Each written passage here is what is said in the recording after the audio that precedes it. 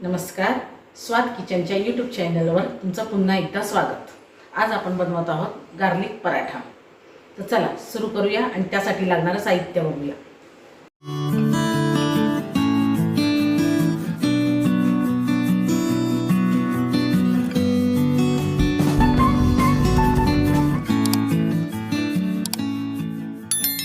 Garlic paratha करण्यासाठी लागणारं साहित्य गव्हाचं पीठ। गव्हाच्या पिठाच्या बदली तुम्ही मैद्याचं पीठही वापरू शकता, पण मी इथे गव्हाचं पीठ घेतलेलं आहे। पीठ मळण्यासाठी पाणी, तेल, कोथिंबीर, लाल तिखट, हळद, धणा जिरा पावडर, मीठ, गार्लिक, हिरवी मिरची, लसूण आणि आल्याची पेस्ट। तर चला सुरू करूया। पराठा बनवण्यासाठी आधी आपल्याला पीठ मळून घ्यायचं आहे, तर आपण ते पहिल्यांदा पीठ मळून घेऊया।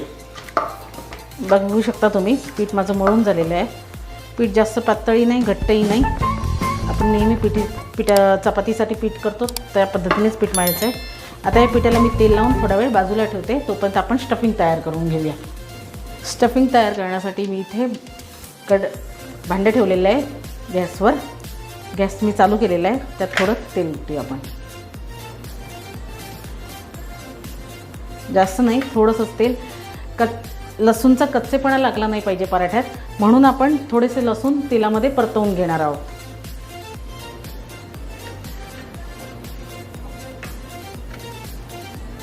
गॅस आपण जरासा लो टू मीडियमच्या मध्ये करूया।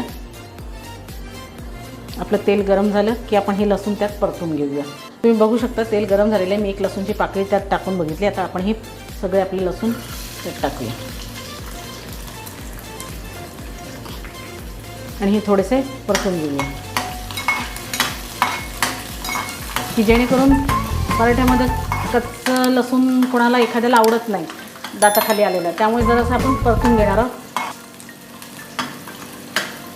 मी थोडेसे फ्राय केलेले लसूण आता खलबत्त्यात काढून घेतलेले आहे। आता त्याला थोडंसं जाडसर वाटून घेते। आता हे बघू शकता तुम्ही, हे जाडसर मी लसणाची अशी भरडसारखं असं वाटून घेतलेलं आहे खलबत्त्यात। आता ते एका भांड्यात छोट्याशा वाटीत आपण काढून घेऊया।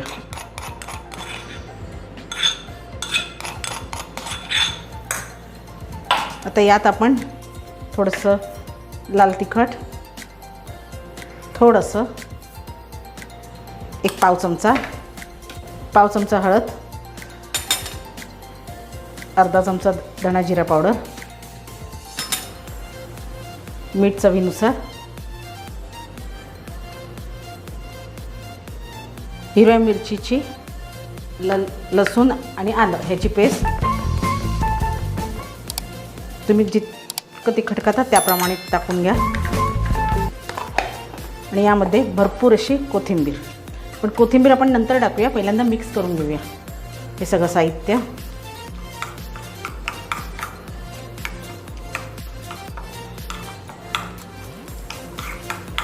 हे बघा साहित्य सगळं मिक्स करून झालेलं आहे। आता यामध्ये आपण कोथिंबीर टाकून घेऊया, भरपूर अशी कोथिंबीर। आता हे सगळं साहित्य आपल्याला मिक्स करून घ्यायचं आहे।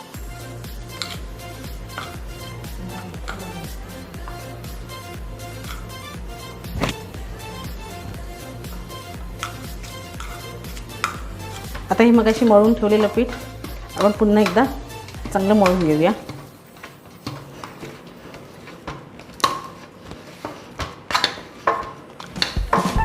याचे छोटे छोटे गोळे करूया।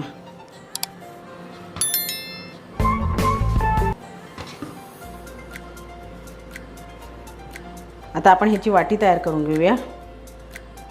थोडंसं तेल लावूया आणि हे केलेलं सारण आपण यात भरूया।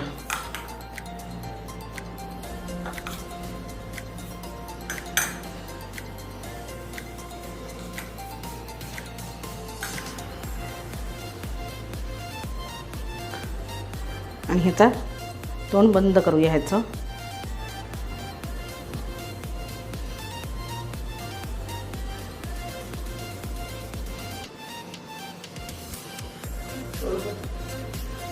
आणि ह्याची पोळी लाटून घेऊया। आता हे आपल्याला चपातीसारखं आपण लाटून घेऊया. मी टाकलेली आहे याच्यावर पराठा. आता ह्याला आपण खरपूस भाजून घेऊया.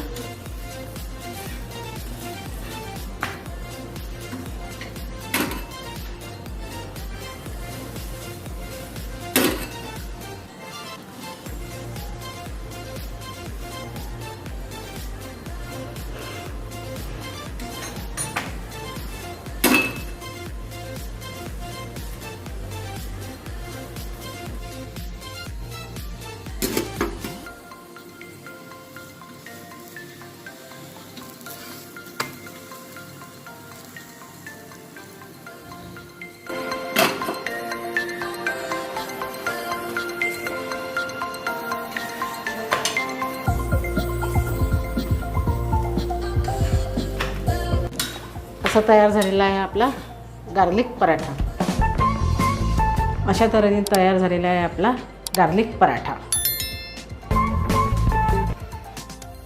तयार झाला आहे आपला गार्लिक पराठा. हा तुम्ही सकाळच्या नाश्त्याबरोबर खाऊ शकता, संध्याकाळी नाश्त्याला करू शकता, सॉसबरोबर किंवा तिखट चटणी असते आपली पुदिन्याची, हिरव्या मिरचीची, कोथिंबीरची, त्याबरोबरही खाऊ शकता. हा पराठा तुम्हाला कसा वाटला हे मला लाईक, शेअर आणि कमेंट्स करून सांगा. आणि तुमच्या आवडला असेल तर तुमच्या प्रियजनांनासुद्धा शेअर करा. आणि माझा हा व्हिडिओ बघितल्याबद्दल तुमचे धन्यवाद. थँक्यू.